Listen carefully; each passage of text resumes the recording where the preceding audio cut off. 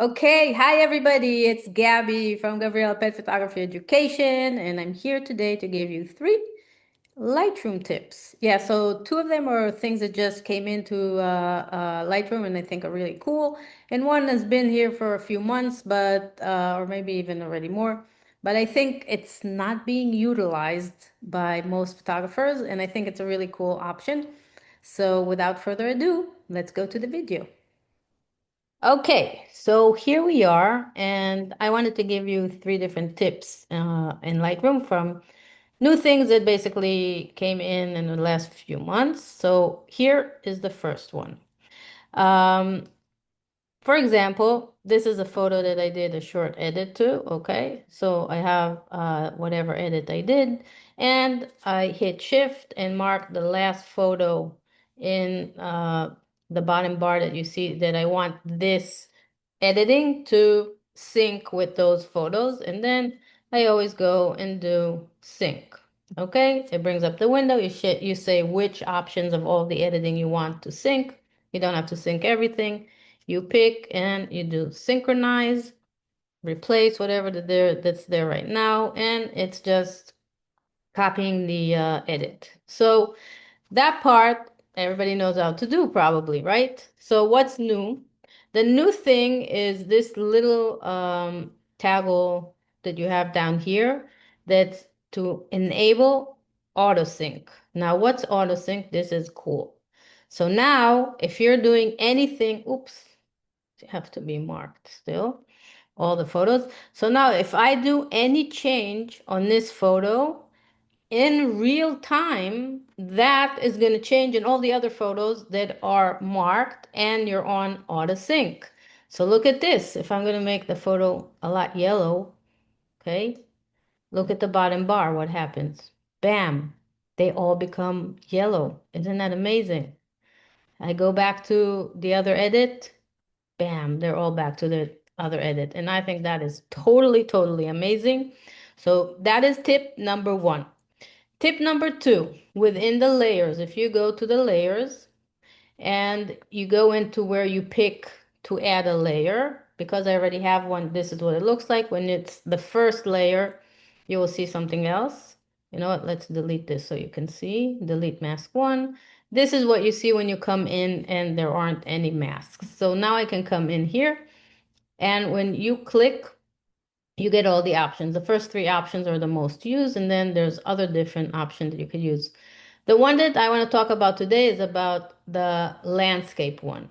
Okay, so you see you have an option here that says landscape, and this is really cool because you just click on landscape and it already will show you all the different things that it sees as a mask that it can do for a certain type of landscape, and it breaks it down.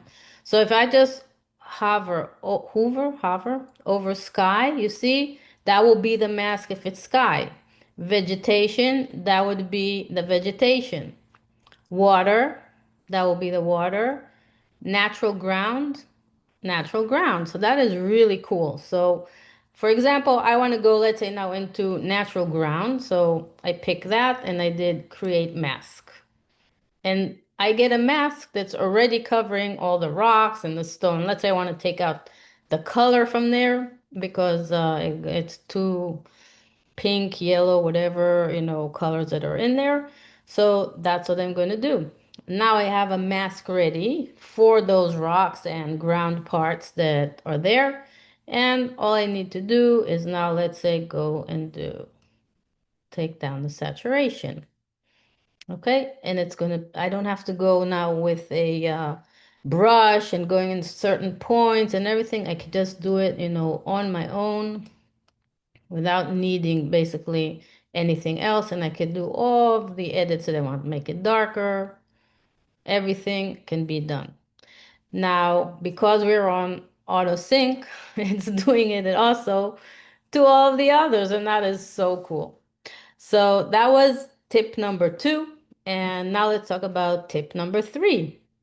This is not new, but I think a lot of people don't know how to use it. So again, I'm going to go into, I'm in the layers, and I'm going to pick again the select landscape. And I want to do something for the sky. Obviously, we already have a separate one for the sky. We could use it there too, but just because we talked about it already, I want to use that. And I'm going to do create mask. And it's going to create this mask for me now. Okay, so I can see with the mask that it's also taking Tiago's ears in there. So what I want to do down here, you can subtract from the mask or add to the mask. So at this point, obviously I want to subtract. So I'm going to hit subtract. What do I want to subtract? Anything that has to do with select subject, because that is the subject. So if I hit select subject, you see it's removing everything that would be part of select subject. It's removing it from the mask that we have right now for the sky. But that wasn't what I wanted to show you. I wanted to show you something else. So if you scroll down now, once you're in the mask, scroll down to all the options that you have here. You have this option of the color picker. If you hit the color picker, and let's say I just want to go to the area that's blue here right now in the mask of the sky. That's where I'm at right now. It will click and show you where you are on with the color. And you could just move and change that color. It picked only that color, and you can, take out the saturation, make more saturation, whatever you want, just for that specific color. So let's say we wanted to lower the saturation a bit and make it a little more purplish, like here, for example. You can go and do another color picker and go to this color now. And let's say you want to say, I want less orange, I want more yellow. And I'm going to go, you see, all the way to the greens, just so you see, all the way to the reds. It's picking only these yellows that I had in there. I can lower the saturation, up the saturation. So you can work per color on any mask that you make within Lightroom. And I think that is pretty cool. And I think that not a lot of people are using this. So if you're like me and you like doing a lot of stuff in Lightroom because you prefer not working too much in Photoshop, then this is great for you. And if you like doing these things in Photoshop, then obviously that's great too. But that is a very cool option that we have here. And obviously, because I'm still synced with all the photos down here, it's doing it also to all of them. And that is so cool to me. I mean, instead of needing to go and pick and sync and wait, it's just doing it online, auto sync. That's amazing. So that was tip number 3. This is it for this video. If you liked it, I'm very happy that it could help you. And I will make more of these every so often. Sometimes I do things, and while I'm doing it, I'm like, oh, I gotta do a video about this. So that's what I'm gonna do. So that's it for today, and I'll see you on the next editing video. Bye. And I'm here today with three, three tips